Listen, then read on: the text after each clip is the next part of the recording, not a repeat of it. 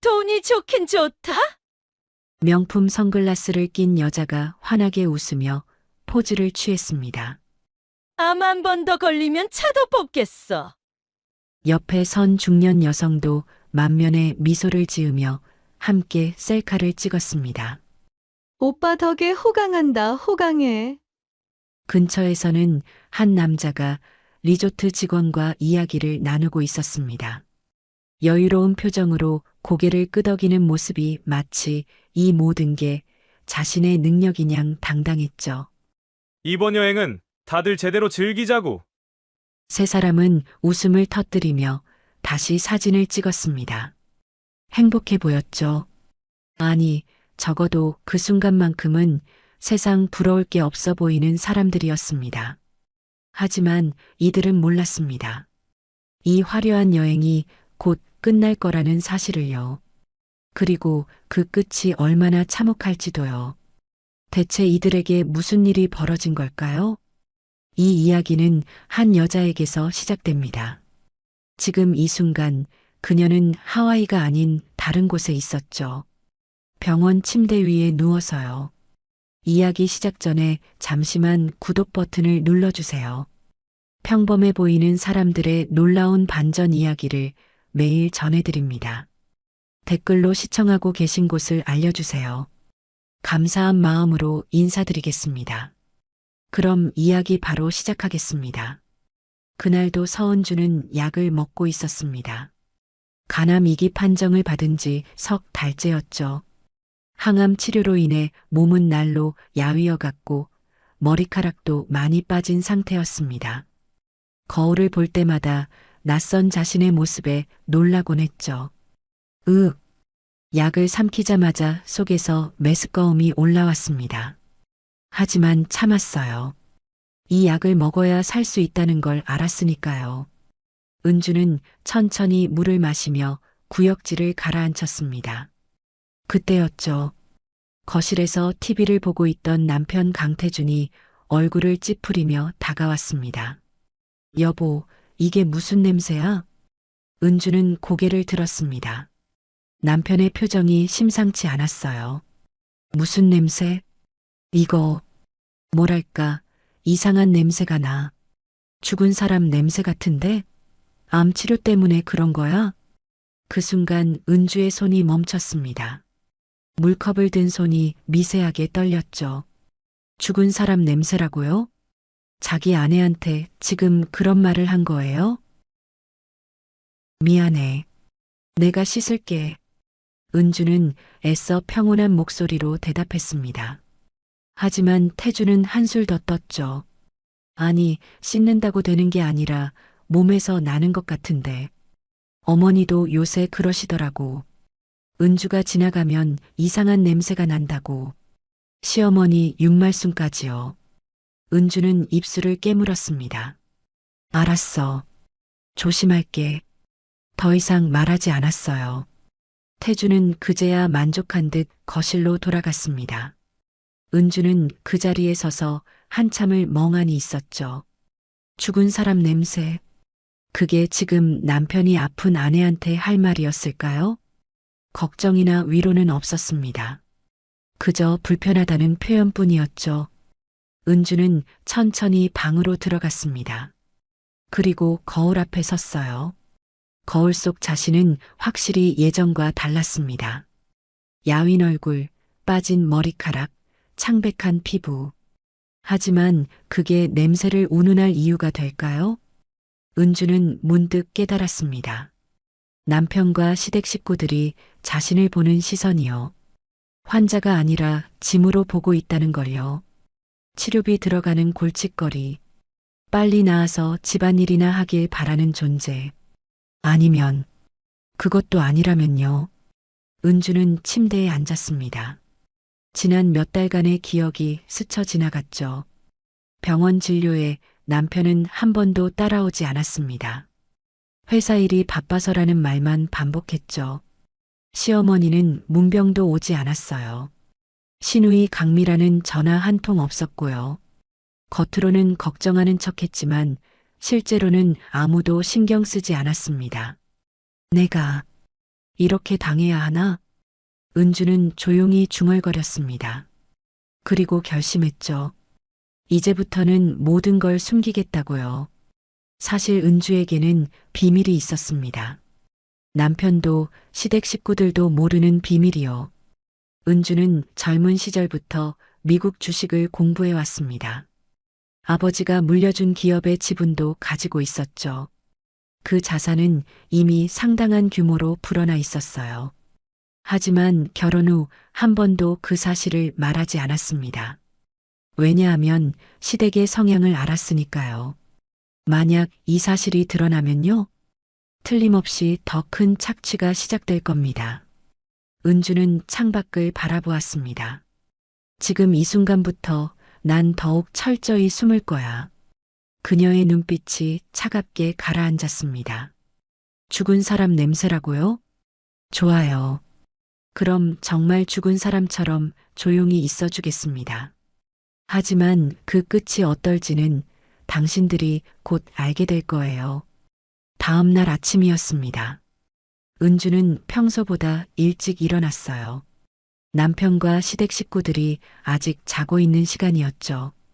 그녀는 조용히 서재로 들어갔습니다.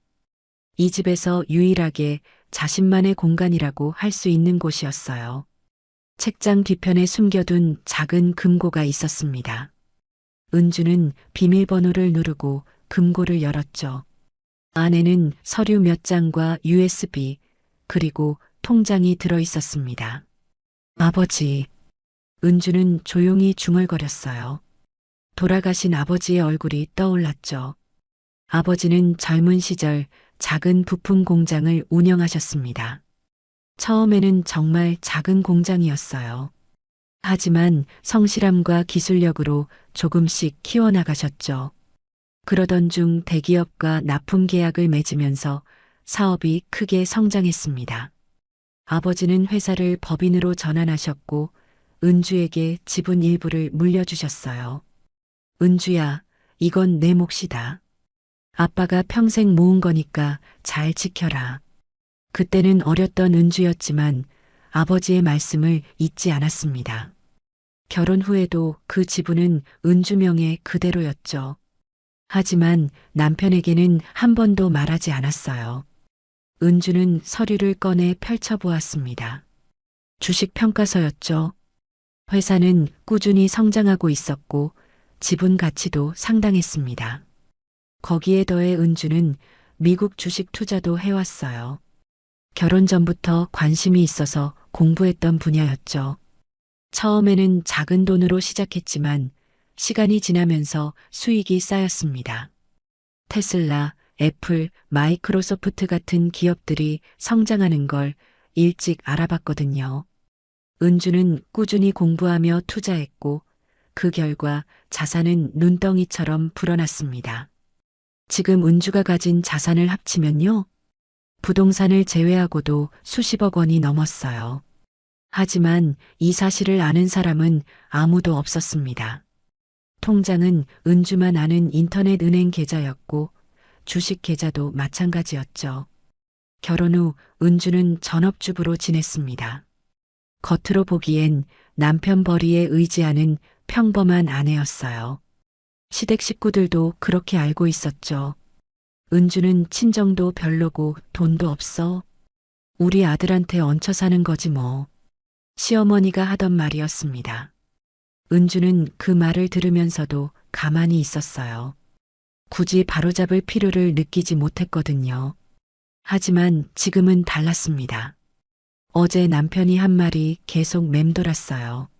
죽은 사람 냄새, 그리고 시댁 식구들의 차가운 시선. 은주는 깨달았습니다. 만약 지금 자신의 재산이 드러나면 어떻게 될까요? 틀림없이 태중과 시댁은 그 돈을 노릴 겁니다. 당연히 가족 돈이지. 같이 써야지. 이런 식으로 말하면서 빼앗으려 들 거예요. 아니, 어쩌면 더 노골적일 수도 있었죠. 은주가 암으로 죽기를 기다리는 거예요. 그러면 재산이 자동으로 배우자인 태준에게 넘어갈 테니까요. 절대 안 돼. 은주는 서류를 다시 금고에 넣었습니다. 그리고 잠금 장치를 확실히 채웠죠. 이제부터 더욱 조심해야 했어요. 병원 치료도 건강보험 범위 내에서만 받는 척 해야 했습니다.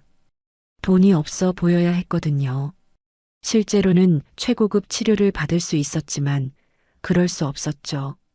은주는 창밖을 바라보았습니다. 아침 햇살이 들어오고 있었어요. 조금만 더 참자. 조금만 더. 지금은 약한 모습으로 있어야 했습니다. 그래야 상대방이 방심하니까요. 은주는 서재를 나와 다시 방으로 돌아갔습니다.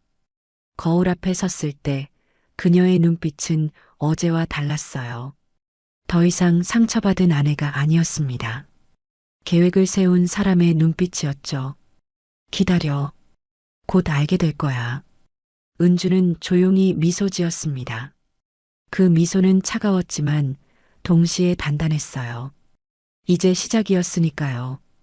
드디어 수술 날이 다가왔습니다. 간암 2기 수술이 필요한 상태였어요. 의사는 말했죠. 수술은 성공률이 높습니다. 하지만 쉬운 수술은 아니에요. 가족분들과 잘 상의하세요. 은주는 고개를 끄덕였습니다. 하지만 가족들의 반응은 예상과 달랐어요. 그래, 수술 잘 받아.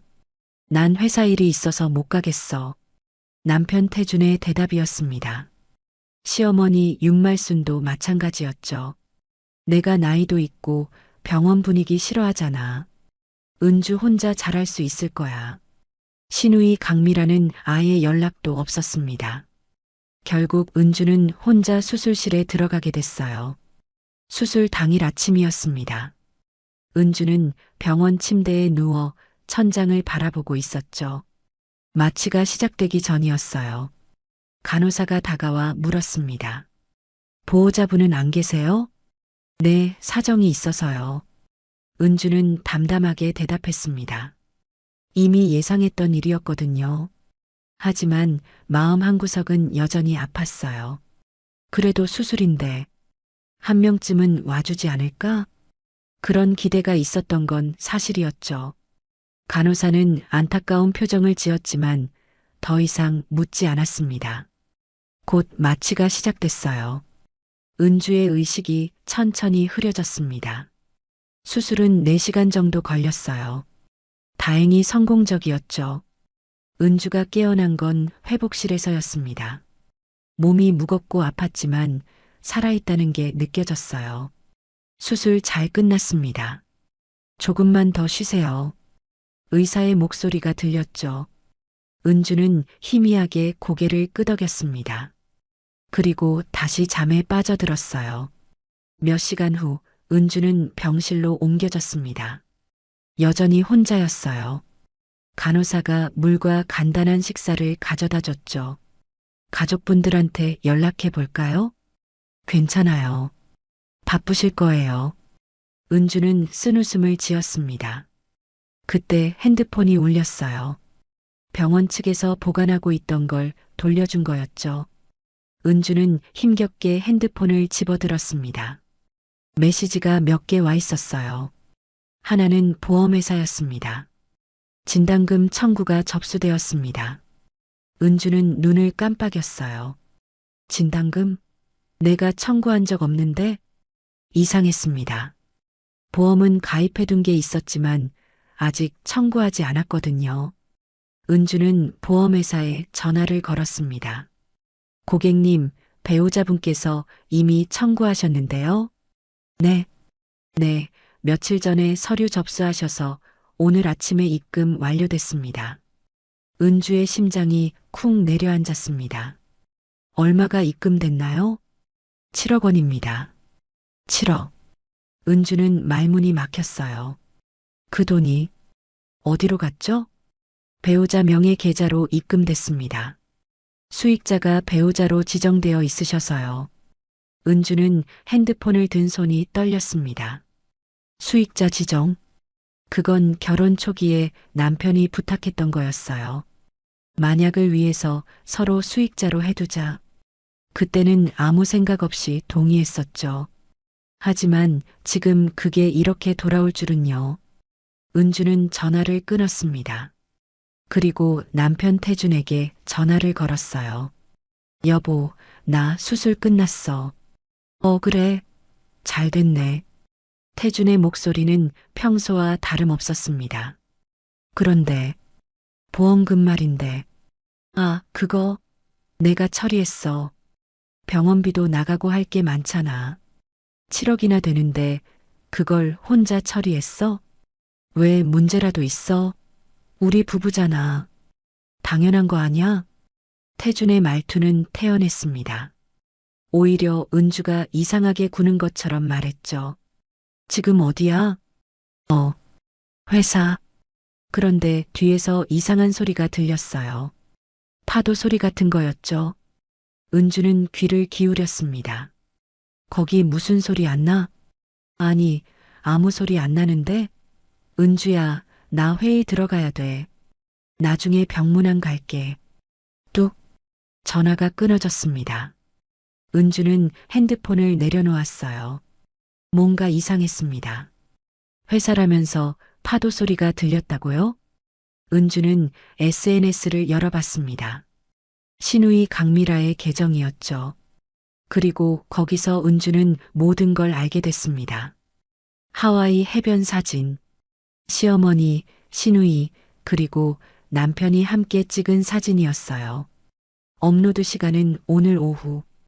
은주가 수술을 받고 있던 바로 그 시간이었습니다. 가족여행, 하와이, 힐링, 행복. 은주는 핸드폰을 꽉 쥐었습니다. 아팠어요. 몸이 아닌 마음이 말이죠. 남편은 아내가 수술받는 날 7억을 빼돌렸습니다. 그리고 그 돈으로 가족들과 하와이로 떠났어요. 아내는 홀로 병원 침대에 누워 있는데 말이죠. 은주는 천천히 눈을 감았습니다. 눈물이 나올 것 같았지만 참았어요. 대신 다른 감정이 차올랐습니다. 분노가 아니었어요. 차가운 결심이었죠. 좋아. 이제 끝까지 가보자. 은주는 눈을 떴습니다. 그 눈빛은 더 이상 흔들리지 않았어요. 은주는 병실 침대에 누운 채 핸드폰을 응시했습니다. SNS 속 하와이 사진들이 계속 눈에 들어왔어요. 웃고 있는 남편과 시댁 식구들. 그들은 지금 이 순간에도 즐기고 있겠죠. 은주는 천천히 숨을 내쉬었습니다. 이제 시작이야. 그녀는 전화번호부를 열었어요. 그리고 한 사람에게 전화를 걸었죠. 정현우. 은주의 대학 동창이자 변호사였습니다. 은주야? 무슨 일이야? 현우의 목소리는 반가웠어요. 현우야, 지금 시간 괜찮아? 응, 말해봐. 목소리가 안 좋은데? 은주는 간단하게 상황을 설명했습니다. 수술받은 것, 보험금이 빠져나간 것, 그리고 남편이 지금 하와이에 있다는 것까지요. 현우는 한동안 말이 없었어요. 미쳤네. 진짜 미친 거 아니야? 나도 그렇게 생각해. 은주야, 지금 바로 조치 취해야 해. 그 돈 추적해서 환수할 수 있어. 아니. 은주의 목소리는 차분했습니다. 돈은 나중 문제야. 지금은 다른 게 먼저야. 뭔데? 카드 정지시켜줘. 태준이 쓰는 카드 전부. 현우는 잠시 침묵했어요. 그리고 물었죠. 법인카드? 응. 그리고 가족카드도. 사실 은주에게는 또 다른 비밀이 있었습니다. 결혼 전부터 알고 지내던 지인이 운영하는 회사가 있었어요. 그 회사의 자문 역할을 명목상 맡고 있었죠.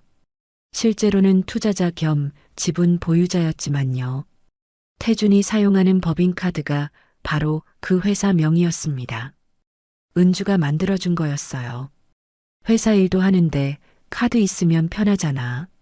그렇게 말하며 태준에게 카드를 쥐어줬었죠. 태준은 좋아했습니다. 법인카드라는 게 한도도 높고 편했으니까요.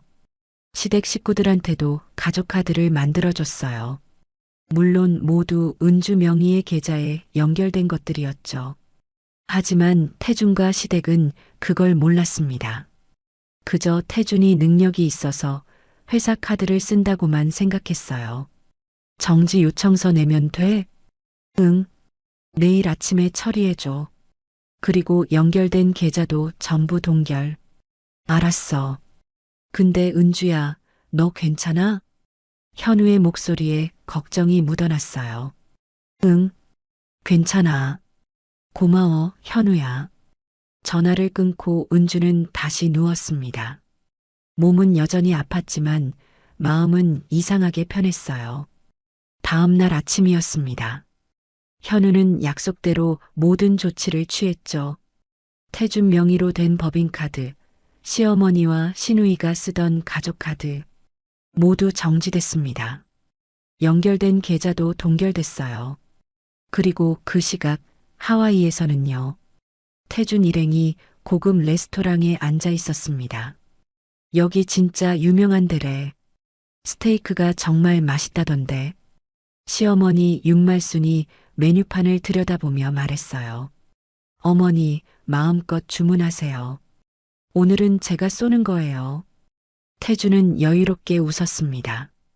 7억이라는 돈이 통장에 들어와 있었으니까요. 오빠 최고. 나도 랍스터 먹을래. 시누이 강미라도 신이 났죠. 음식이 나오고 세 사람은 맛있게 먹기 시작했습니다. 분위기는 화기애애했어요. 식사가 끝나고 계산할 시간이 됐죠. 태주는 자신 있게 카드를 꺼냈습니다. 카드로 할게요. 직원이 카드를 받아들고 갔어요. 잠시 후 다시 돌아왔죠. 죄송합니다만 카드가 승인이 안 되네요. 네, 그럴 리가요. 다시 해보세요.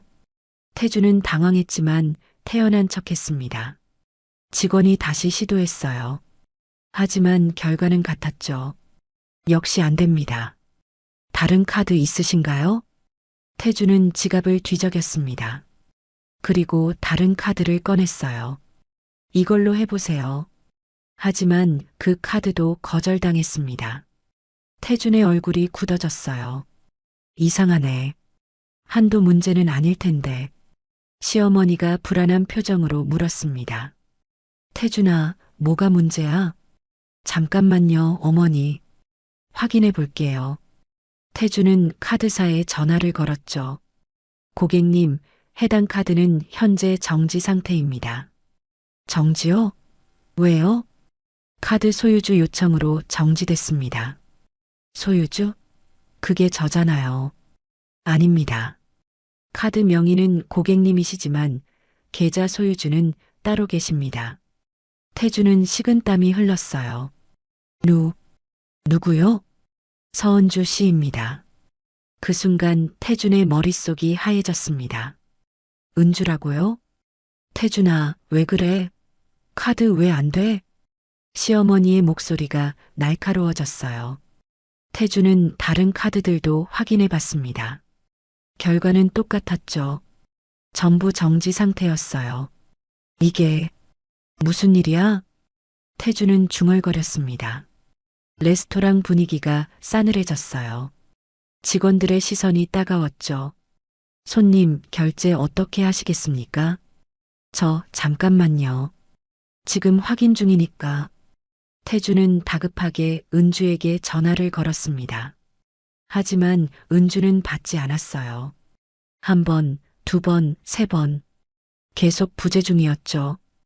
야, 빨리 해결 못해? 창피하게. 시누이 강미라가 짜증을 냈습니다. 결국 태주는 현금으로 계산해야 했어요. 가지고 있던 돈을 전부 털어서요. 레스토랑을 나오는 세 사람의 얼굴은 어두웠습니다. 도대체 무슨 일이야, 태준아? 모르겠어요, 어머니. 은주가 뭔가 한 것 같은데. 은주가? 그 애가 뭘 할 수 있다고. 하지만 태주는 불안했습니다. 뭔가 크게 잘못된 느낌이 들었거든요. 다음 날 아침이었습니다. 태준 일행은 호텔 로비에 모여 있었어요. 분위기는 어제와 완전히 달랐죠. 오빠, 어제 그게 진짜 뭐였어? 카드가 왜 다 안 된 거야? 신우이 강미라가 따지듯 물었습니다. 태주는 피곤한 얼굴로 대답했어요. 모르겠어. 은주한테 계속 전화했는데 안 받더라고. 병원에 있으니까 못 받는 거 아냐? 시어머니 윤말순이 거들었죠. 그래도 이상해요. 카드가 전부 정지될 이유가 없는데. 태주는 불안했습니다. 어젯밤 내내 은주에게 전화를 걸었지만 연결되지 않았거든요. 일단 오늘 일정이나 소화하자. 카드 문제는 나중에 해결하고. 태주는 애써 태연한 척했어요. 하지만 마음 한구석은 계속 불편했죠.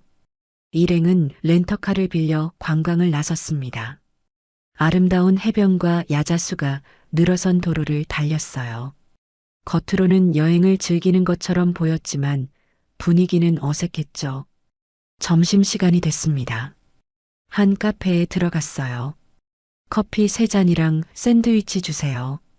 태준이 주문했습니다. 계산대에서 카드를 내밀었죠. 하지만 역시나였어요. 죄송합니다. 카드가 승인이 안 됩니다. 다른 걸로 해볼게요.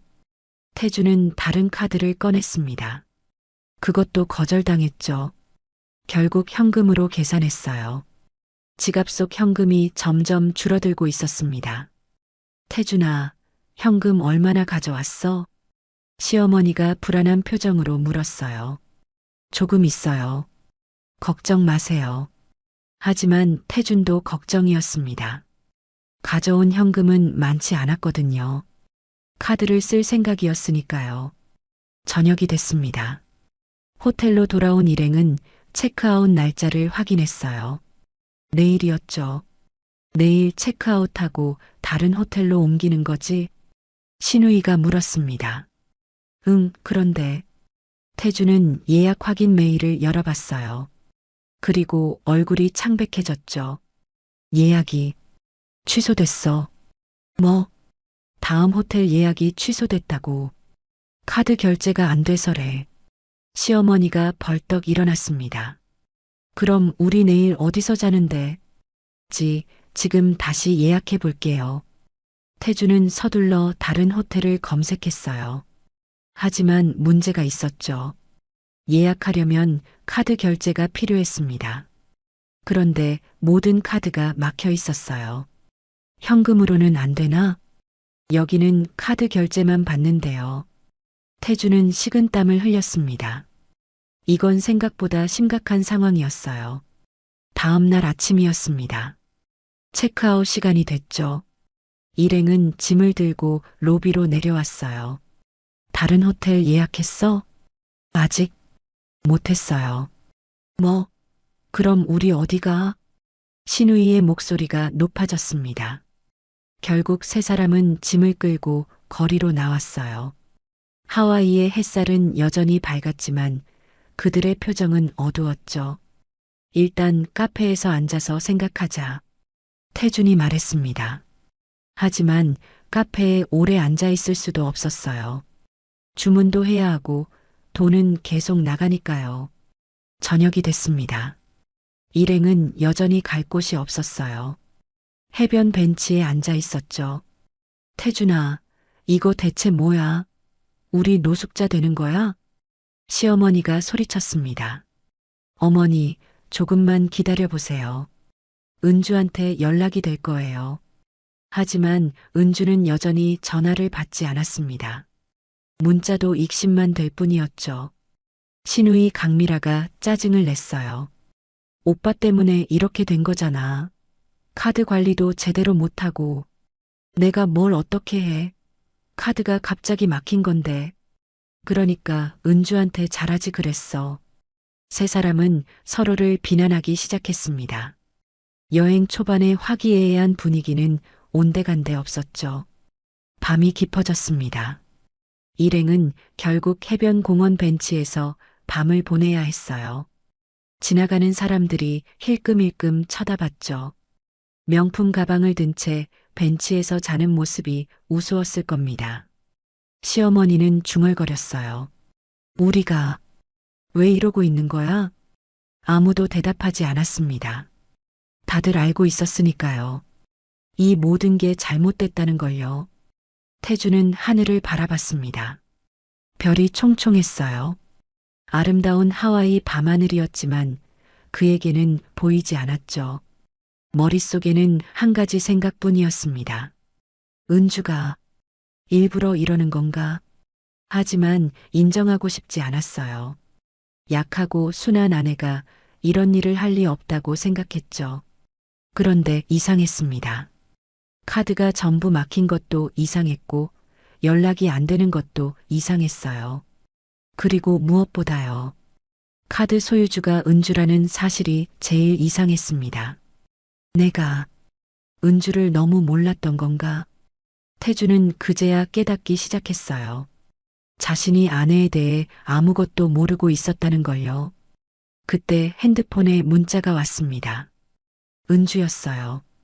태주는 황급히 문자를 열어봤죠. 잘 지내고 있어요? 저는 퇴원 준비 중이에요. 하와이 날씨 좋죠?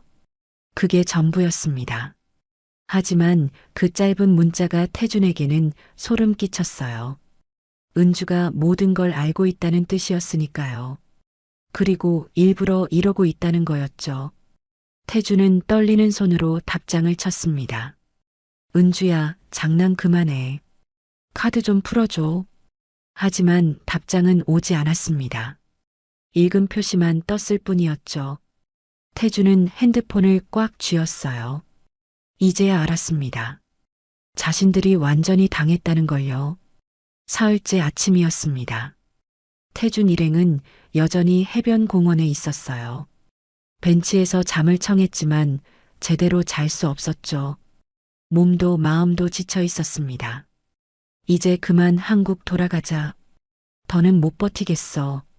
시어머니 윤말순이 지친 목소리로 말했어요. 귀국 항공권은 있어? 시누이 강미라가 물었습니다. 있어. 다행히 왕복으로 끊어놨으니까.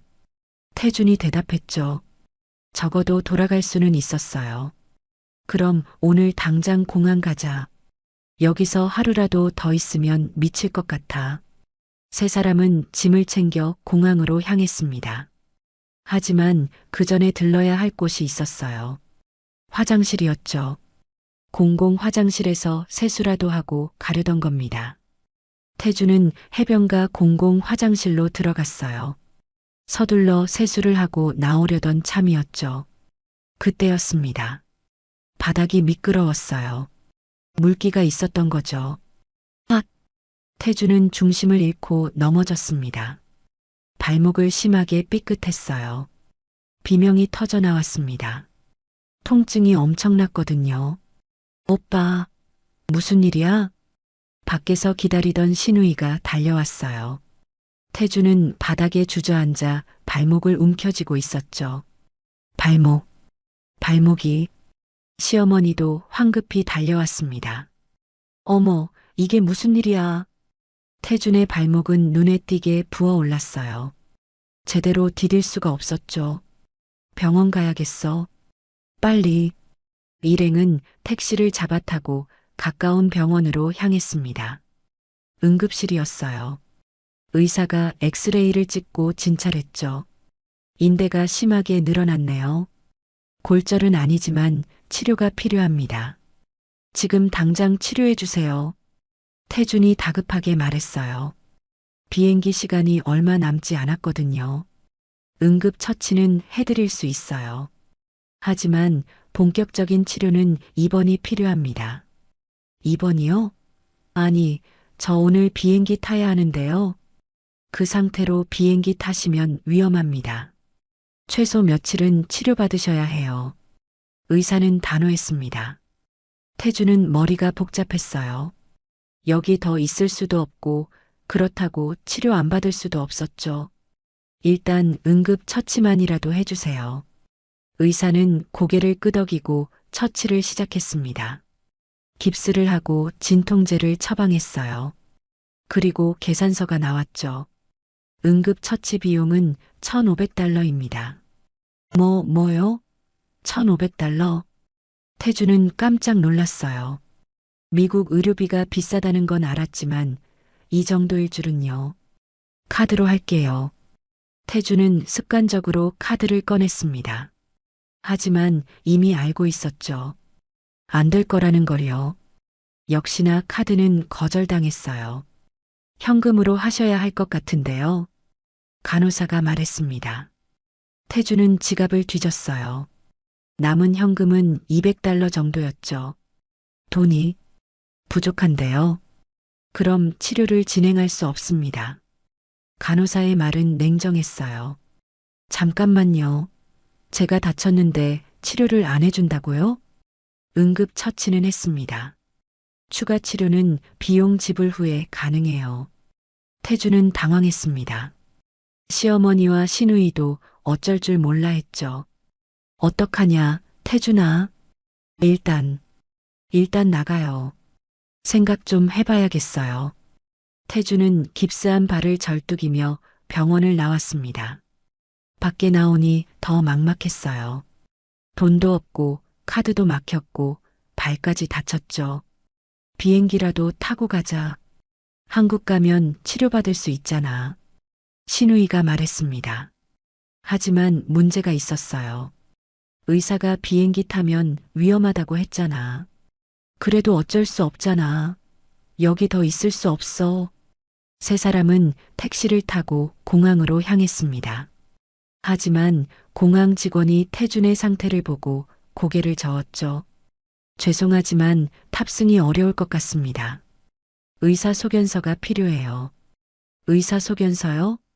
네, 비행 가능 판정을 받으셔야 합니다.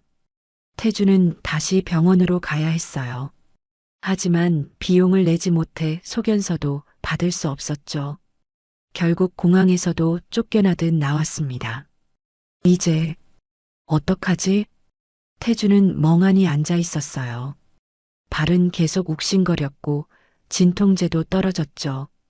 시어머니가 울상을 지었습니다. 우리 여기서 죽는 거 아니야? 어머니, 그런 말씀 마세요. 하지만 태준도 불안했어요. 정말로 어떻게 해야 할지 모르겠었거든요. 그때 태준은 다시 은주에게 전화를 걸었습니다. 이번에는 받았어요. 여보, 무슨 일이에요? 은주의 목소리는 차분했습니다. 너무 차분해서 오히려 무서울 정도였죠.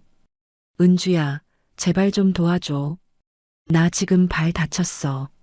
병원비도 없고 귀국도 못하고 있어. 그래서요? 은주의 대답은 짧았어요.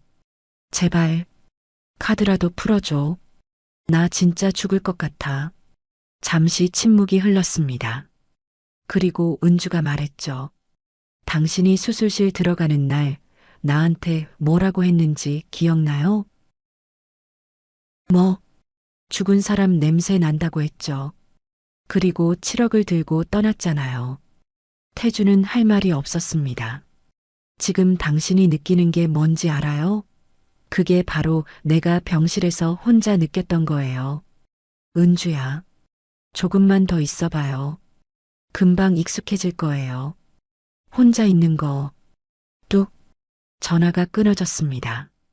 태주는 핸드폰을 쥔 채 멍하니 있었어요. 이제야 깨달았습니다. 자신이 얼마나 큰 실수를 했는지요. 그리고 은주가 얼마나 무서운 사람인지도요. 일주일이 흘렀습니다.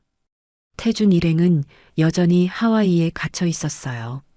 발목 상태는 나아지지 않았고 돈은 바닥났죠. 결국 한국 대사관에 도움을 요청했습니다. 귀국 지원을 받으시려면 절차가 필요합니다. 직원이 설명했어요. 얼마나 걸리나요? 최소 2주는 걸릴 겁니다. 2주라니요. 태주는 고개를 떨구었습니다. 그 시간을 어떻게 버티란 말인가요? 세 사람은 저렴한 게스트하우스를 찾았어요. 그나마 현금으로 결제 가능한 곳이었죠. 하룻밤에 30달러. 한국 돈으로 4만 원 정도였습니다. 방은 좁고 지저분했어요. 침대 하나에 세 사람이 자야 했죠. 이게 뭐야? 우리가 왜 이러고 있어야 해? 시누이 강미라가 울먹였습니다. 닥쳐. 내가 쓸데없이 쇼핑하자고 해서 이렇게 된 거잖아. 시어머니 윤말순이 소리를 질렀어요. 제가요? 어머니도 얼마나 펑펑 쓰셨는데요. 뭐, 이것이 어른한테 하는 말투야? 두 사람은 서로 싸우기 시작했습니다. 태주는 귀를 막고 싶었어요. 하지만 자신도 마찬가지였죠. 오빠가 카드 관리를 제대로 했어야지. 나보고 어쩌라고. 은주가 막은 건데. 그러니까 평소에 잘하지 그랬어요. 결국 세 사람은 서로를 탓하며 밤을 지새웠습니다. 며칠이 더 지났어요. 대사관에서 연락이 왔습니다. 귀국 항공권이 준비됐습니다. 내일 출발하실 수 있어요. 드디어였죠. 하지만 기쁘지 않았습니다. 한국에 돌아가면 뭐가 기다리고 있을까요?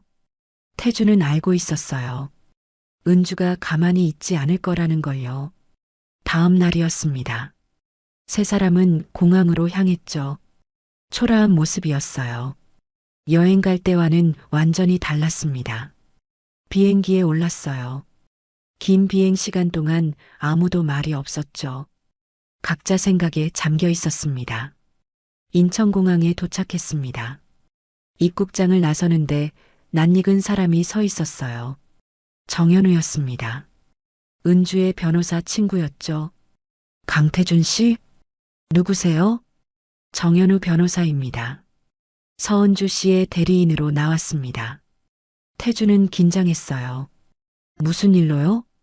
이건 법원 서류입니다. 현우는 서류 봉투를 건넸죠. 태주는 떨리는 손으로 봉투를 열었습니다. 이혼 소송 통지서였어요. 그리고 횡령 혐의로 인한 고소장도 들어 있었죠. 횡령이라니 그게 무슨 소리예요? 배우자 동의 없이 보험금을 임의로 인출하셨죠. 이건 명백한 횡령입니다. 그건 부부 사이잖아요. 법적으로는 별개입니다. 특히 수익자 변경 없이 임의로 인출한 건 문제가 됩니다. 태주는 말문이 막혔어요. 시어머니가 끼어들었습니다. 우리 아들이 무슨 잘못을 했다고 이래요. 어머님, 감정적으로 대응하시면 더 불리해집니다. 현우는 차갑게 말했죠. 그리고 이것도 전해드립니다. 현우는 또 다른 서류를 꺼냈어요. 집 명의도 서은주 씨였습니다. 지금 당장은 아니지만 조만간 퇴거 요청이 들어갈 겁니다. 뭐? 태주는 충격을 받았습니다. 집까지요? 그럼 우리 갈 데가 없잖아요. 그건 제 소관이 아닙니다. 변호사 선임하시고 연락 주세요. 현우는 명함을 건네고 돌아섰어요. 세 사람은 그 자리에 멍하니 서 있었죠. 공항을 나와 택시를 탔습니다. 집으로 가는 길이었어요. 차 안은 무거운 침묵뿐이었죠. 집에 도착했습니다. 문을 열고 들어가는데 이상했어요. 집이 너무 조용했거든요. 은주야? 태준이 불렀지만 대답이 없었습니다. 방으로 들어가 봤어요. 은주의 짐이 모두 사라져 있었죠. 옷장도 텅 비어 있었습니다. 이사 간 거야? 태주는 믿기지 않았어요. 거실 테이블 위에 편지 한 장이 놓여 있었습니다. 태주는 편지를 집어들었죠. 당신들이 하와이 갈 때 난 혼자 수술실에 있었어요. 무섭고 외로웠죠. 하지만 살아남았어요. 이제 내 인생을 살 거예요. 연락하지 마세요. 그게 전부였습니다. 태주는 편지를 떨어뜨렸어요. 무릎이 꺾였죠. 시어머니가 소리쳤습니다. 이게 다 내 잘못이야. 내가 은주한테 잘했어야지. 저도 오빠 편만 들지 말고 은주한테 잘할걸. 신우이도 거들었죠. 그럼 당신들은 잘했어요? 죽은 사람 냄새 난다고 한 거 누구예요? 태준도 소리를 질렀습니다. 세 사람은 또다시 싸웠어요. 하지만 이번엔 달랐죠. 돌이킬 수 없다는 걸 알았으니까요. 며칠 후였습니다.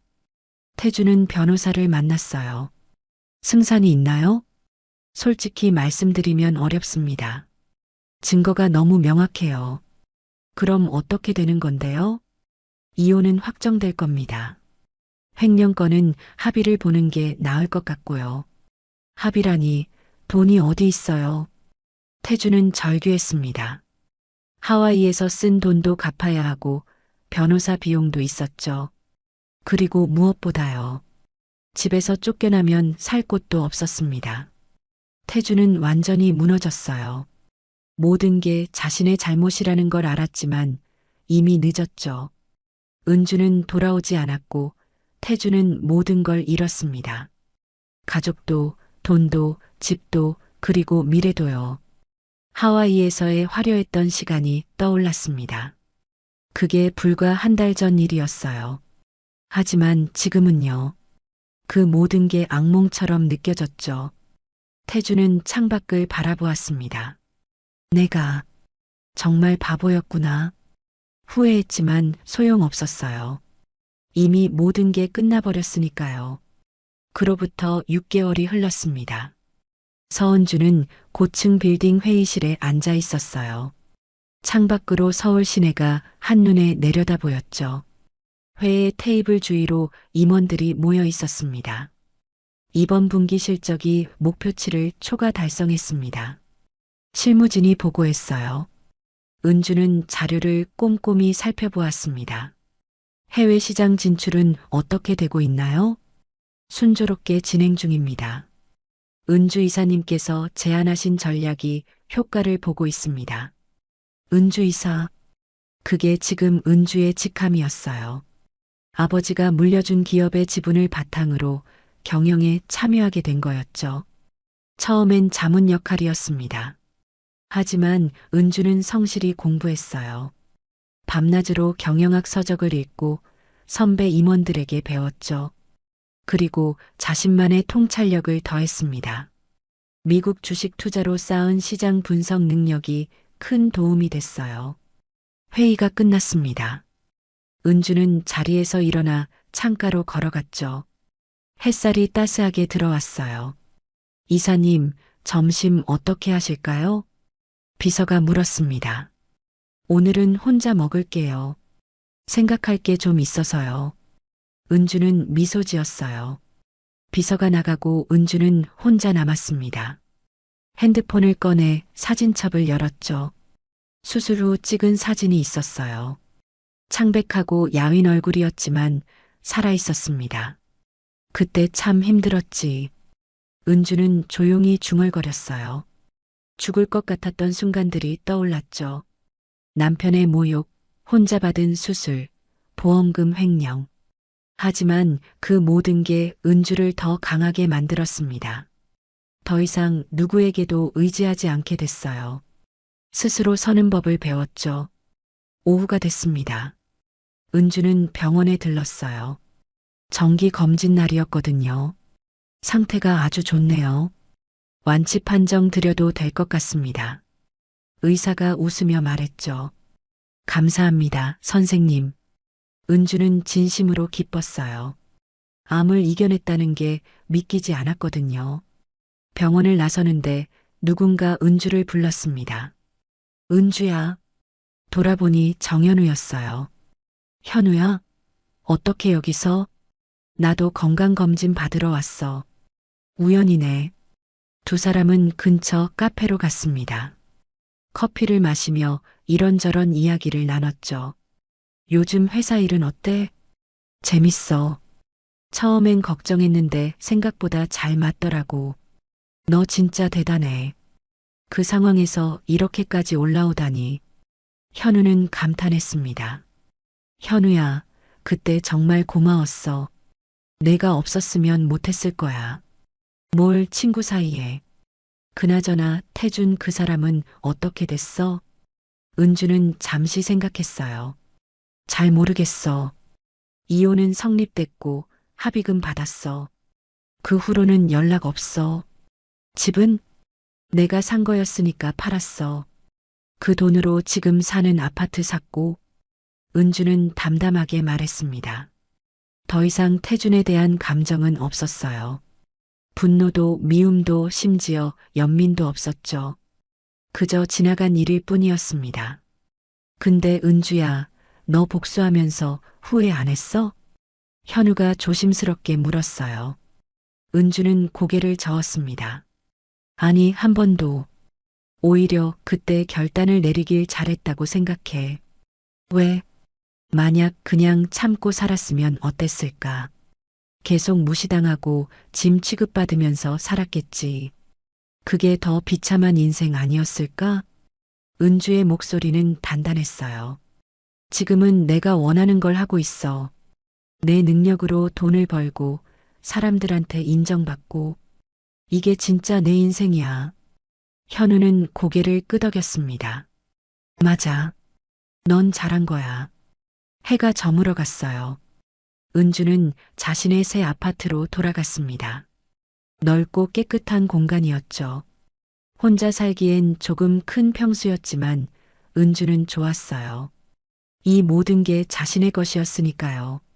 발코니에 서서 야경을 바라봤습니다. 도시의 불빛이 반짝였어요. 은주는 문득 과거를 떠올렸습니다. 시댁에서 무시당하던 자신, 죽은 사람 냄새 난다는 말을 들었던 자신. 그때는 정말 작고 약한 존재였죠. 하지만 지금은 달랐습니다. 더 이상 누군가의 그늘에 숨지 않았어요. 당당히 햇빛 아래 서 있었죠. 고마워, 그때의 나. 은주는 조용히 말했습니다. 그때 포기하지 않았기에 지금이 있는 거였으니까요. 핸드폰이 울렸어요. 회사 후배였습니다. 이사님, 내일 회의 자료 확인 부탁드려요. 알았어요. 지금 볼게요. 은주는 노트북을 열었습니다. 일하는 게 즐거웠어요.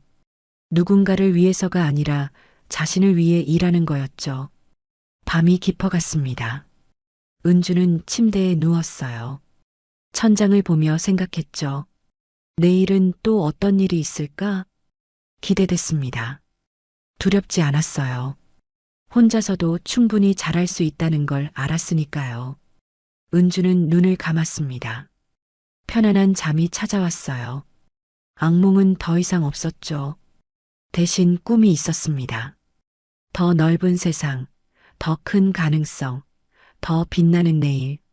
서은주는 더 이상 숨는 사람이 아니었습니다. 자기 힘으로 판을 바꾼 사람이었죠. 그리고 이제 그녀는 자신의 이야기를 직접 써내려가고 있었습니다. 아무도 대신 써줄 수 없는 오직 자신만의 이야기를요. 새벽이 밝아왔습니다. 은주는 다시 일어나 회사로 향했어요. 오늘도 새로운 하루였죠. 그리고 은주에게는요. 매일이 새로운 시작이었습니다. 1년이 더 흘렀습니다. 서은주는 이제 회사의 핵심 인물이 됐어요. 이사에서 전무로 승진했죠. 해외 지사 설립 프로젝트를 성공적으로 이끈 덕분이었습니다. 그날도 은주는 바쁜 하루를 보내고 있었어요. 회의를 마치고 사무실로 돌아왔죠. 전무님, 손님이 찾아오셨는데요. 비서가 조심스럽게 말했습니다. 예약 없으신 분인데 꼭 뵙고 싶다고 하셔서요. 누군데요? 강태준이라고 하시던데요. 은주의 손이 잠시 멈췄습니다. 강태준. 1년 반 만에 듣는 이름이었어요. 로비에 계신가요? 네, 그쪽에서 기다리고 계십니다. 은주는 잠시 생각했어요. 그리고 고개를 끄덕였죠. 알았어요. 1층 카페로 오시라고 전해주세요. 네, 전무님. 은주는 자리에서 일어났습니다. 거울을 보며 옷매를 가다듬었어요. 단정한 정장, 자신 있는 표정. 과거의 은주와는 완전히 다른 모습이었죠. 1층 카페에 내려갔습니다. 구석자리에 태준이 앉아 있었어요. 은주는 천천히 다가갔죠. 태준은 은주를 보고 놀란 표정을 지었습니다. 은주야, 오래간만이네요. 은주는 차분하게 말했어요. 태준은 말문이 막혔습니다. 눈앞의 은주는 기억 속 모습과 너무 달랐거든요. 세련된 옷차림, 당당한 자세, 빛나는 눈빛. 앉으세요. 무슨 일로 오셨어요? 은주가 먼저 앉았습니다. 태준도 어색하게 자리에 앉았죠. 한동안 침묵이 흘렀어요. 태준이 입을 열었습니다. 미안해. 짧은 한마디였어요. 뭐가요? 다. 태준은 고개를 숙였습니다. 그때 내가 정말 잘못했어. 내가 아플 때 옆에 없었고, 보험금도 몰래 가져갔고, 하와이도 갔고. 은주는 아무 말 없이 태준을 바라봤어요. 지금 와서 변명 같지만 난 정말 몰랐어. 내가 그런 사람인 줄. 아니, 내가 너한테 얼마나 나쁜 짓을 했는지도 몰랐어. 태준의 목소리가 떨렸습니다. 하와이에서 그 지옥 같은 시간을 겪고 나서야 깨달았어. 내가 얼마나 오만했는지, 얼마나 이기적이었는지. 은주는 여전히 조용했어요. 지금은 어떻게 지내세요? 은주가 물었습니다. 태준은 쓴웃음을 지었죠. 보다시피야. 작은 회사 다니고 있어. 월급도 많지 않고. 어머님과 미라 씨는요? 연락 안 해. 다들 나 탓만 하니까. 차라리 안 보는 게 나아. 태준은 초라했습니다. 과거의 허세는 온데간데 없었죠. 그래서 오늘 왜 오신 거예요? 용서를 바라는 건 아니야. 그럴 자격도 없는 거 알아. 태준은 은주를 똑바로 바라봤어요. 그냥 미안하다는 말을 하고 싶었어. 그리고 너한테 고맙다는 말도. 고맙다고요? 응. 내가 그때 날 버린 덕분에 난 정신 차렸거든. 만약 내가 그냥 참고 살았으면 난 평생 그렇게 살았을 거야. 내가 얼마나 소중한 사람인지도 모르고. 은주는 아무 표정도 짓지 않았어요. 지금 와서 깨달아봤자 소용없잖아요. 알아. 그래도 말하고 싶었어. 태준은 일어섰습니다. 더 이상 방해 안 할게. 잘 지내, 은주야. 아니, 전무님. 태준은 돌아서려다 멈췄어요. 그리고 마지막으로 말했죠. 너 정말 멋있더라. 은주는 대답하지 않았습니다. 태준이 카페를 나갔어요. 은주는 그 뒷모습을 조용히 바라봤죠. 아무 감정도 잃지 않았습니다. 동정도 분노도 미련도 없었어요. 그저 지나간 사람일 뿐이었죠. 은주는 커피를 한 모금 마셨습니다. 창밖으로 태준이 걸어가는 모습이 보였어요. 구부정한 어깨, 느린 걸음. 저 사람도 자기 인생을 살겠지. 은주는 생각했습니다. 그게 태준의 몫이었어요. 은주가 해줄 수 있는 건 아무것도 없었죠. 사무실로 돌아왔습니다. 비서가 물었어요. 괜찮으세요? 응, 괜찮아. 은주는 미소 지었습니다. 다음 일정 뭐지? 오후 3시에 투자자 미팅 있으세요. 알았어. 자료 준비해줘. 은주는 다시 일에 집중했어요. 태준과의 만남은 잠깐의 해프닝일 뿐이었죠. 저녁이 됐습니다. 은주는 퇴근길에 한강을 걸었어요. 바람이 시원했죠. 핸드폰을 꺼내 사진을 찍었습니다. 노을이 아름다웠거든요. SNS에 올렸어요. 오늘도 좋은 하루였습니다. 댓글이 달리기 시작했죠. 회사 동료들, 친구들, 지인들. 전무님 멋져요. 저도 배우고 싶어요. 은주는 댓글들을 보며 웃었습니다. 자신을 응원해주는 사람들이 있다는 게 감사했어요. 집에 도착했습니다. 샤워를 하고 편한 옷으로 갈아입었죠. 소파에 앉아 와인을 한 잔 따랐어요. 창밖의 야경을 바라보며 생각했습니다. 오늘 태준을 만난 것에 대해서요.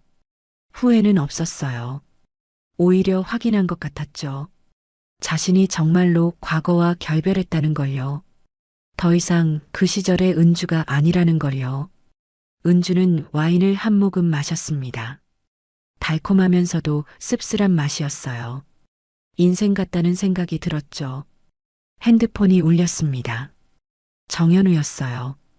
은주야, 내일 저녁 시간 돼? 왜? 축하해주고 싶어서. 전무 승진했다며? 어떻게 알았어? 뉴스 떴더라. 우리 은주 대단하네. 은주는 웃었습니다. 그래, 내일 보자. 좋아. 내가 쏠게. 전화를 끊고 은주는 다시 창밖을 바라봤어요. 내일은 또 어떤 일이 있을까요? 기대됐습니다. 두렵지 않았어요. 은주는 이제 알았으니까요. 자신이 얼마나 강한 사람인지를요. 그리고 앞으로 얼마나 더 성장할 수 있는지를요. 밤이 깊어갔습니다. 은주는 침대에 누워 눈을 감았어요. 편안한 잠이 찾아왔죠. 내일도 모레도 그 이후로도요. 서은주의 이야기는 계속될 것입니다. 더 멋진 이야기로요. 지금까지 사연 빛나는 밤이었습니다. 감사합니다.